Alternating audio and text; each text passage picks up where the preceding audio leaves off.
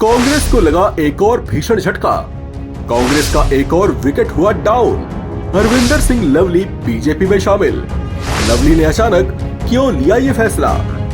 ये वो सवाल हैं जो शायद कांग्रेस आला कमान को भी हक्का बक्का कर गए हैं। दिल्ली कांग्रेस के चीफ रहे अरविंदर सिंह लवली, जिन्होंने गुस्से गुस्से में झट से अपना इस्तीफा दे डाला था और जिनका इस्तीफा झट से कांग्रेस आला कमान ने स्वीकार भी कर लिया था।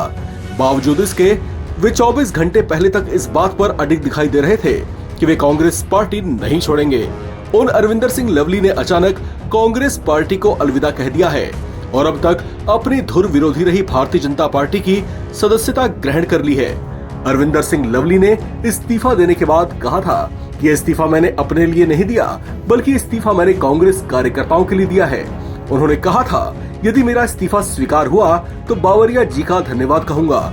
किसी दूसरी पार्टी में शामिल होने को लेकर उन्होंने ये भी कहा था कि वे किसी दूसरी पार्टी में शामिल होने नहीं जा रहे। उन्होंने कहा था कि कांग्रेस वर्कर ने ये नहीं कहा कि मौजूदा केजरीवाल सरकार को हमने क्लीन चिट दे दी है।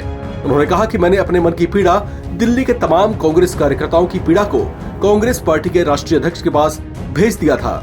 मेरी पीड़ा उसूलों को लेकर है।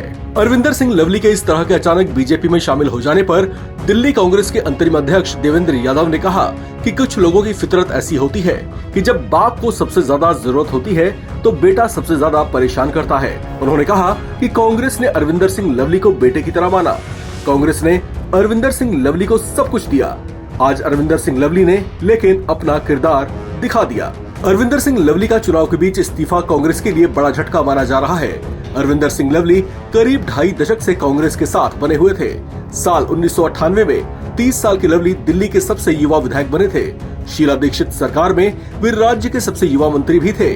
शीला दीक्षित के कार्यकाल में उन्हें शिक्षा, परिवहन और शहरी विकास जैसे अहम मंत्रालय मिले थे। लवली के मंत्री रहते हुए दिल्ली में ब्लू लाइन बसों की जगह नई और बेहतर व्यवस्था लाई गई थी।